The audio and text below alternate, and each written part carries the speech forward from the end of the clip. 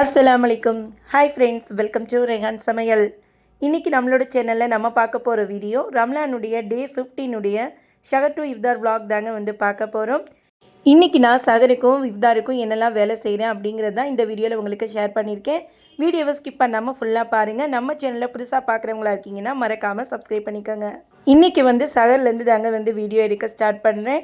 நைட்டே வந்து இன்றைக்கி சமைச்சு வச்சுட்டேங்க. நைட்டு வந்து இன்றைக்கி ரைஸ் வச்சுட்டு ரசம் வச்சுட்டேங்க. ரசம் வந்து ஆல்ரெடி உங்களுக்கு ஷேர் பண்ணியிருக்கேங்கிறனால நான் வீடியோ எதுவுமே எடுக்கலை. முந்தின நாள் வச்சுருந்தா நமக்கு கருவாட்டு சோதியுமே வந்து இருந்துச்சுங்க. அதையுமே வந்து சூடு பண்ணி வச்சுருக்கேன். இப்போ இதோடு வந்து ஆம்லெட் மட்டும் ஒரு ஆம்லெட்டாக போட்டுட்டு அதை வந்து ஷேர் பண்ணி சாப்பிட்டுக்கலான்ட்டுன்னு ஆம்லெட் மட்டும் ரெடி பண்ணியிருக்கேன். கொஞ்சம் கோல்டாக இருக்குதுங்க. வாய்ஸ் ஏதாவது கொஞ்சம் டிஸ்டர்பன்ஸாக இருந்துச்சு அப்படின்னா அட்ஜஸ்ட் பண்ணிக்கோங்க. இன்றைக்கி வந்து சஹர் வந்து சிம்பிளாக தாங்க முடிச்சுக்கிட்டேன். ஏன்னா சஹர் வந்து இப்போ வந்து பிள்ளைங்க வந்து சாப்பிடவே மாட்டேங்கிறாங்க. இப்போ சாப்பிட வைக்கிறதுக்கு கொஞ்சம் கஷ்டப்படுற மாதிரி இருக்குது. என்ன சமைச்சாலுமே வந்து ரொம்பவே வந்து மிச்சம் வந்துடுது. நம்ம வீட்டில் எப்போவுமே வந்து பார்த்திங்கன்னா சஹருக்கும் இஃப்தாருக்கும் மட்டும்தாங்க நம்ம வீட்டில் சாப்பிட்றது. மற்றபடி வந்து நைட்டு இஃப்தார் முடிச்சுட்டு நம்ம நைட்டு நம்ம வீட்டில் சாப்பிட்ற பழக்கம் இல்லை. இஃப்தாருக்கே வந்து நம்ம கொஞ்சம் சாப்பிட்ருவோம். அதோடையே வந்து நம்ம தொழுதுட்டு ஓதிட்டு படுத்துடுறது. சப்போஸ் எப்போயாவது பசிச்சா மட்டும்தான் வந்து நம்ம சாப்பிட்டுக்கிறது. இப்போ வந்து சாப்பாடு எல்லாமே வந்து சூடு பண்ணிட்டேங்க. ஆம்லெட்டும் போட்டுட்டு இப்போ டேபிளில் கொண்டு வந்து வச்சுட்டேன். இன்றைக்கி சஹருக்கு என்ன சாப்பாடுன்னு ஒரு முறை பார்த்துடலாம். சுட சுட வந்து ரைஸ் வந்து வச்சுருக்கேங்க.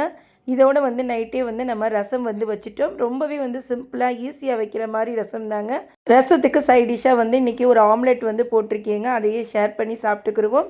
இதோடு வந்து கருவாட்டு சொதியும் இருக்குது. இன்றைக்கி அதை காலி பண்ணிடலான்ட்டுன்னு கொஞ்சம் மூலம் நேற்று வச்சுருந்த சாம்பார் மிச்சம் இருந்துச்சுங்க. அதையுமே வந்து சூடு பண்ணி எடுத்து வச்சுருக்கேன். இது கூடவே தயிர், வாழைப்பழம், தேவைப்பட்டால் வந்து அப்பளம் வடகம் எடுத்துக்கலாம். இது தாங்க இன்றைய சஹருக்கான சாப்பாடு. இப்போ எல்லாருக்கும் பிளேட்லேயும் எடுத்து வச்சுட்டேங்க. இப்போ எல்லாருமே எந்திரிச்சும் வந்தாச்சு. வழக்கம் போல் வந்து சாப்பிட்டுட்டு நியத்து சொல்லிவிட்டு தொழுதுட்டு ஓதிட்டு படுத்துருவோங்க. இன்றைய சஹர் நமக்கு இப்படி தாங்க இருந்துச்சு. இதோடு வந்து நம்ம இஃப்தாருக்கு தாங்க வந்து வேலைகள் ஸ்டார்ட் பண்ணேன். இன்றைக்கி இஃப்தாருக்கு வந்து பெருசாக ஒன்றுமே செய்யலைங்க. ஒரே ஒரு ஐட்டம் மட்டும்தான் செய்கிற மாதிரி இருந்தேன். இன்றைக்கி வந்து பிள்ளைங்க வந்து ரொம்ப நாளாக வந்து மோமோஸ் வந்து கேட்டுட்டு இருந்தாங்க. அதுக்காக வந்து இன்றைக்கி சிக்கன் மோமோஸ் பண்ணிடலான்னு சொல்லிட்டு அதுக்கு தாங்க வந்து ரெடி பண்ணிகிட்ருக்கேன்.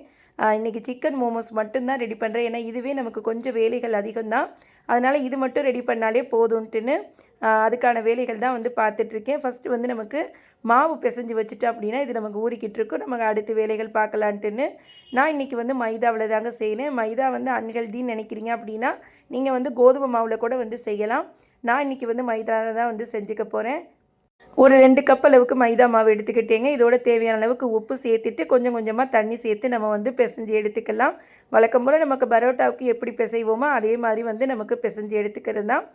நல்லா பிசைஞ்சு எடுத்ததுக்கு பிறகு இப்போ கடைசியாக ஒரு 2 ஸ்பூன் அளவுக்கு எண்ணெய் சேர்த்துட்டு அதோட பிசறி நம்ம வந்து வச்சிடலாம். இது வந்து நமக்கு 1 மணி நேரத்துலேருந்து ஒரு 1.5 மணி நேரம் நல்லா ஊறணுங்க. அப்போ தான் நமக்கு நல்லா சாஃப்டாக இருக்கும். நமக்கு மோமோஸ் செய்யும்போது வந்து அந்த சாஃப்ட்னஸ் வந்து நமக்கு இருக்கும். மாவு வந்து கொஞ்சம் இறுக்கமாக பிசைஞ்சுக்கோங்க. அப்போ தான் நமக்கு நல்லா சாஃப்டாக வரும். இப்போ நல்லா பிசைஞ்சிட்டேங்க. இப்போ நான் இதை வந்து எண்ணெய் தடவி நல்லா ஊற வச்சுருக்கேன். ஏன்னா மாவு ஹார்டாகிடக்கூடாது, அதுக்காக எண்ணெய் தடவி வச்சிடுறது. இப்போ இது நமக்கு அப்படியே ஊறட்டும். இது ஊறிட்டுருக்கிற நேரத்துலேயே நான் வந்து காய்கறி வெஜிடபிள்ஸ் எல்லாமே வந்து கட் பண்ணி எடுத்துட்டேங்க. இப்போ வந்து நம்ம சிக்கன் மோமோஸ்க்கு வந்து சிக்கன் ஃபில்லிங் வந்து ரெடி பண்ண போகிறோம். அதுக்கு முன்னாடி வந்து நமக்கு மோமோஸ் சட்னி வந்து ஃபஸ்ட்டு ரெடி பண்ணிக்கலாங்க. அதுக்கு இந்த மாதிரி வந்து ஒரு 5 பழுத்த தக்காளியாக வந்து இந்த மாதிரி 4 கோடு மாதிரி வந்து போட்டு வச்சுருக்கேங்க. அப்போ தான் நமக்கு தோல் உரிக்க ஈஸியாக இருக்கும். இதோட ஒரு 4 காஞ்ச மிளகாயும் ஒரு 5-6 பல் பூண்டு வந்து சேர்த்துக்கிட்டேன். இதை வந்து இப்போ நம்ம கொதிக்க வச்சு எடுத்துக்கலாம். நமக்கு இது ஒரு 10 நிமிஷம் வந்து ஒரு 5லேருந்து 10 நிமிஷம் வந்து நல்லா கொதிக்க வச்சு எடுத்துக்கோங்க. தக்காளி வந்து நமக்கு நல்லா வெந்து வரணும். இந்த சைடு வந்து ஆல்ரெடி பாலுமே வந்து காய வச்சு வச்சுருக்கேங்க. இன்றைக்கி வந்து க்ரஷ் ரெடி பண்ணலான்ட்டுன்னு. இப்போ சிக்கன் மோமோஸ்க்கு வந்து சிக்கன் ஃபில்லிங் வந்து ரெடி பண்ண போகிறோங்க. அதுக்கு வந்து சிக்கன் வந்து போன்லெஸ் பீஸாக வந்து நான் வந்து ஒரு 1/4 கிலோ அளவுக்கு சிக்கன் வந்து எடுத்திருக்கேன். இதை வந்து நம்ம நல்லா கழுவி சுத்தம் பண்ணிவிட்டு இப்போ நம்ம இதை ஒரு மிக்ஸி ஜாரில் போட்டு நல்லா பல்ஸ் மோடில் வந்து நம்ம டிக்கு நம்ம நல்லா அடித்து எடுத்துக்கிடுவோம். நமக்கு நல்லா வந்து கொத்துக்கறி மாதிரி வந்து நமக்கு சிக்கன் வந்துடும்.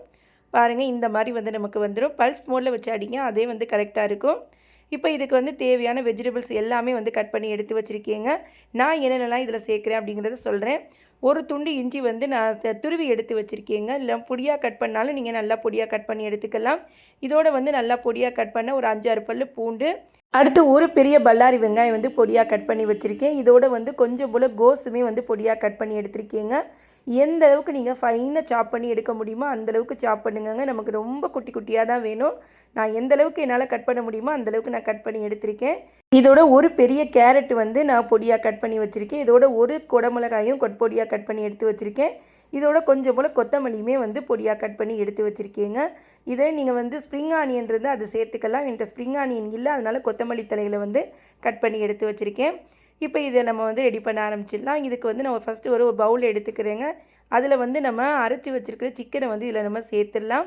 பாருங்கள், இந்தளவுக்கு நமக்கு கொத்துக்கறி மாதிரி வந்துடணும். இப்போ நம்ம நறுக்கி வச்சுருக்கிற வெஜிடபிள்ஸ் எல்லாமே வந்து சேர்த்துக்கலாமுங்க. சிக்கனை விட நான் இன்றைக்கி வந்து வெஜிடபிள்ஸ் தாங்க வந்து அதிகமாக சேர்த்துருக்கிறேன்.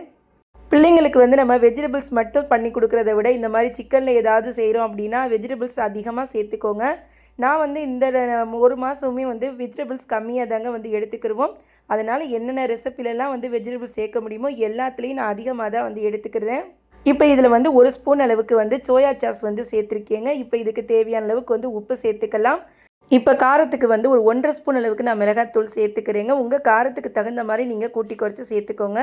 இதோட 1/2 டீஸ்பூன் அளவுக்கு மிளகுத்தூள், ஒரு 3/4 டீஸ்பூன் அளவுக்கு பட்டை ஏலக்காய் தூள் வந்து சேர்த்துக்கிறேங்க. அதாவது கரம் மசாலா தூள், நாங்கள் வந்து பட்டை ஏலக்காய் தூள்னு தான் சொல்லுவோம். இப்போ இதை வந்து 1/2 லெமனை வந்து நான் பிழிஞ்சு விட்டுக்கிறேங்க. இப்போ இதை வந்து நம்ம நல்லா பிசைஞ்சு எடுத்துக்கலாம்.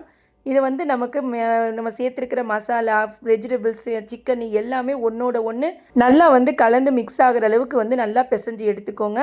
இப்போ இதில் வந்து ஒரு 2 ஸ்பூன் அளவுக்கு வந்து நல்லெண்ணெய் சேர்த்துக்கோங்க. நான் நல்லெண்ணெய் சேர்த்த கிளிப்பிங் வந்து எனக்கு மிஸ் ஆகிடுச்சிங்க. நான் எடிட்டிங் பண்ணும்போது தான் வந்து நான் அதை பார்த்தேன். ஒரு 2 ஸ்பூன் அளவுக்கு நல்லெண்ணெய் சேர்த்துட்டு நல்லா மிக்ஸ் பண்ணி இதை தனியாக மூடி வச்சுடுங்க. நல்லா நமக்கு மசாலாவோடு ஊறிட்டுருக்கட்டும். இப்போ இந்த சைடு வந்து நமக்கு தக்காளியுமே நல்லா வெந்துடுச்சுங்க. இப்போ நான் இதை வந்து ஸ்டவ்வை ஆஃப் பண்ணிவிட்டு இதை நல்லா ஃபஸ்ட் நம்ம ஆற விட்டுருவோம். ஆறினதுக்கு பிறகு நம்ம வந்து ஒரு மிக்ஸி ஜார் வந்து எடுத்துக்கிட்டேங்க. அதில் வந்து இப்போ நம்ம இதை தோலை உரித்து தக்காளியை நம்ம வந்து சேர்த்துக்க போகிறோம். ஃபஸ்ட்டு காஞ்ச மிளகா வந்து நம்ம வெந்திருக்கும் இல்லைங்க, அதையும் எடுத்து போட்டுக்கிட்டேன். இப்போ தோலை உரிச்சிட்டு தக்காளியை வந்து சேர்த்துக்கிடுவோம். முடிஞ்ச மட்டும் நல்லா பழுத்த தக்காளியாக, சிகப்பு தக்காளியாக எடுங்க. அப்போ தான் நமக்கு கலர் வந்து மோமோஸ் சட்னியில் நல்லா இருக்கும். கலரும் நமக்கு இருக்கும், இந்த காரமும் நல்லாயிருக்கும். மிளகா வந்து உங்கள் காரத்துக்கு தகுந்த மாதிரி சேர்த்துக்கோங்க. எனக்கு இந்த மிளகா வந்து ரொம்ப காரமான மிளகா தான், அதனால நான் இது வந்து 4 சேர்த்துக்கிறேன். உங்கள் மிளகாவை பொறுத்து நீங்கள் வந்து கூட்டி குறைச்சி சேர்த்துக்கலாம். இப்போ தோலை உரித்து தக்காளி எல்லாமே வந்து சேர்த்துட்டேங்க. நம்ம இந்த மாதிரி கோடு மாதிரி போட்டு வச்சுருந்தோம் அப்படின்னா நமக்கு தோல் உரிக்கிறதுக்கு ஈஸியாக வரும். இப்போ இதுக்குள்ளே வேக விட்ட பூண்டையுமே வந்து இதிலே எடுத்து போட்டு நம்ம அதையுமே சேர்த்து அரைச்சிக்கலாம். இந்த தண்ணி வேஸ்ட்டு தாங்க, இதை நம்ம தனியாக தூக்கி வச்சிடலாம். இப்போ இதை வந்து நல்லா பல்ஸ் மோடில் வச்சு நம்ம அடித்து எடுத்துக்கலாம். நல்லா நைஸ் பேஸ்ட்டாக அரைச்சி எடுத்துக்கோங்க. இப்போ இதை வந்து நம்ம தாளிப்பு கொடுத்துடலாம். அதுக்கு வந்து ஒரு பேன் வந்து சூடு பண்ணிக்கிறேங்க. ஒரு 3-4 ஸ்பூன் அளவுக்கு எண்ணெய் சேர்த்துக்கிறேன். இதோட ஒரு 5-6 பல்லு பொடியாக கட் பண்ணி வச்சுருக்கிற பூண்டு வந்து சேர்த்துக்கிட்டேங்க. இப்போ இதை வந்து நல்லா ஃப்ரை பண்ணி எடுத்துக்கிடுவோம். நம்ம ஆல்ரெடி அரைக்கும் போதும் பூண்டு சேர்த்துருக்குறோம். இப்போவும் நான் வந்து கொஞ்சம் போல் வந்து பூண்டு சேர்த்துக்கிறேங்க. எங்களுக்கு வந்து பூண்டுடைய ஃப்ளேவர் பிடிக்கும், நாங்கள் அதனால் சேர்த்துக்கிறேன். உங்களுக்கு வேணான்னா நீங்கள் வந்து இதை தாளிக்கும் போது வந்து ஸ்கிப் பண்ணிக்கலாம். இப்போ நம்ம அரைச்சி வச்சுருக்கிற தக்காளி பேஸ்ட்டு வந்து இதில் சேர்த்துக்கலாமுங்க. சேர்த்துட்டு நல்லா வந்து மிக்ஸ் பண்ணி விட்டுருங்க. எங்களுக்கு இந்த மோமோஸ் சட்னி சாப்பிடும்போது அந்த கார்லிக்கோடு சேர்ந்து வருது எங்களுக்கு பிடிக்கும். அதனால் நான் வந்து இப்படி தான் வந்து எப்போவுமே செய்வேன். இப்போ தக்காளி பேஸ்ட்டை வந்து நல்லா மிக்ஸ் பண்ணி விட்டுட்டு இப்போ இதில் சிட்டிகை அளவுக்கு வந்து உப்பு சேர்த்துக்கோங்க. இதோட 1 டீஸ்பூன் அளவுக்கு சுகர் சேர்த்துக்கோங்க. 1 டீஸ்பூன் அளவுக்கு சோயா சாஸும் 1 டீஸ்பூன் அளவுக்கு கெச்சப்பும் வந்து சேர்த்துருக்கேன். இதோட 1 டேபிள் ஸ்பூன் வந்து நமக்கு வினிகரும் சேர்த்துக்கலாம். சேர்த்துட்டு நல்லா எல்லாத்தையும் வந்து மிக்ஸ் பண்ணி விட்டுருங்க. ஃபுல்லாக நம்ம சேர்த்துருக்கிறது எல்லாமே வந்து நல்லா ஒன்றோட ஒன்று கலந்து வர அளவுக்கு நல்லா மிக்ஸ் பண்ணி விட்டுட்டு இப்போ இதை நம்ம வந்து லோ ஃப்ளேமில் மூடி வச்சு ஒரு 3 நிமிஷம் வந்து குக் பண்ணி எடுத்துருவோங்க. அப்போ நமக்கு மோமோஸ் சட்னி சூப்பராக வந்து ரெடி ஆகிருக்கும். இப்போ நான் அதை மூடி போட்டு வச்சிடுறேன், வேகட்டும். இந்த சைடு வந்து நமக்கு மாவுமே வந்து நல்லா ஊறி வந்துடுச்சுங்க. இப்போ நம்ம வந்து மாவை நல்லா பெசரிட்டு நம்ம குட்டி குட்டி பீஸாக வந்து நம்ம உருட்டி எடுத்துக்கலாம். நீங்கள் இதை வந்து மொத்தமாக வந்து நம்ம கவுண்டர் டாப்பில் போட்டு மாவு டஸ்ட் பண்ணி நீங்கள் உருட்டி மொத்தமாக எடுத்து கூட செய்கிறதா இருந்தாலும் செய்யலாம். எனக்கு வந்து அது வந்து ஃபுல்லாகவே இடம் மெஸ்ஸி ஆகிற மாதிரி இருக்கும். இதுவே எனக்கு மெஸ்ஸி ஆகிடும், நீங்கள் வீடியோவில் பார்க்கும்போதே உங்களுக்கு தெரியும். நான் வந்து எனக்கு இது ஈஸியாக இருக்கிற மாதிரி இருக்குதுங்க. ஃபஸ்ட்டு நான் அது வந்து ட்ரை பண்ணியிருக்கேன். பட் அது எனக்கு ரொம்ப கஷ்டமான வேலையாக இருந்துச்சு. இந்த மாதிரி குட்டி குட்டியாக உருட்டி எடுக்கிறது எனக்கு ஈஸியாக இருந்துச்சு. இப்போ இது மாதிரி வந்து நம்ம எல்லா உருண்டைகளையும் உருட்டி எடுத்துக்கலாம். இப்போ இந்த சைடு வந்து நமக்கு மோமோஸ் சட்னியும் வந்து ரெடி ஆகிடுச்சிங்க. பாருங்கள், நல்லா நமக்கு திக்காகிடுச்சு. நம்ம இதில் எந்த தண்ணியுமே வந்து சேர்க்கலை, தண்ணி எதுவுமே சேர்க்கவும் தேவை கிடையாது. இப்போ நம்ம இதை வந்து ஸ்டவ்வை ஆஃப் பண்ணிவிட்டு தனியாக எடுத்து வச்சிடலாம். அப்புறம் ஒரு பவுலுக்கு மாற்றிக்கலாம். இப்போ இந்த சைடு வந்து நான் மாவுமே வந்து எல்லாமே உருட்டி எடுத்துட்டேங்க. பாருங்கள், நான் இன்றைக்கி எடுத்துருக்கிற மாவுக்கு எனக்கு இத்தனை உருண்டைகள் கிடச்சிச்சு. இப்போ இதை வந்து நம்ம மாவை வந்து ஒன்று ஒன்றா திரட்டி எடுத்துக்கலாம். முடிஞ்ச வரைக்கும் குட்டி குட்டி பீஸாக போடுங்க. அப்போ தான் நமக்கு மாவு வந்து நல்லா நமக்கு திரட்டுறதுக்கு ஈஸியாகவும் இருக்கும். அதே சமயம் நமக்கு மோமோஸ் வந்து கரெக்டாக ஷேப்பும் வரும். நமக்கு மைதா மாவுங்கிறனால வந்து நமக்கு மாவை கொஞ்சம் டஸ்ட்டு பண்ணிவிட்டு உருட்டுங்க, தேய்ங்க, அதாவது தேய்ச்சி எடுங்க.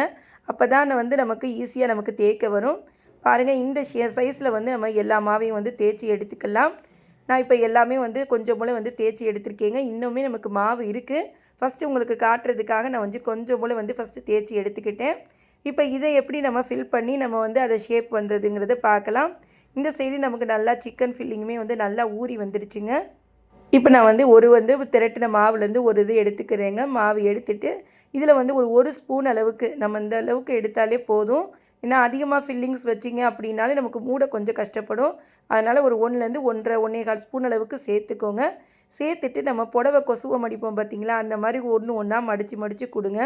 ஃபஸ்ட்டு வந்து ஒரு சைடாக மடித்து கொண்டு வாங்க. அது எப்போ நமக்கு க்ளோஸ் ஆகுற மாதிரி வருதோ இன்னொரு சைடாக வந்து அகைன் அதோட ஒட்டி விட்டுட்டோம் அப்படின்னா நமக்கு கரெக்டாக வந்து மோமோஸ் ஷேப் வந்து நமக்கு கிடச்சிருங்க. உங்களுக்கு பார்த்தாலே தெரியும்.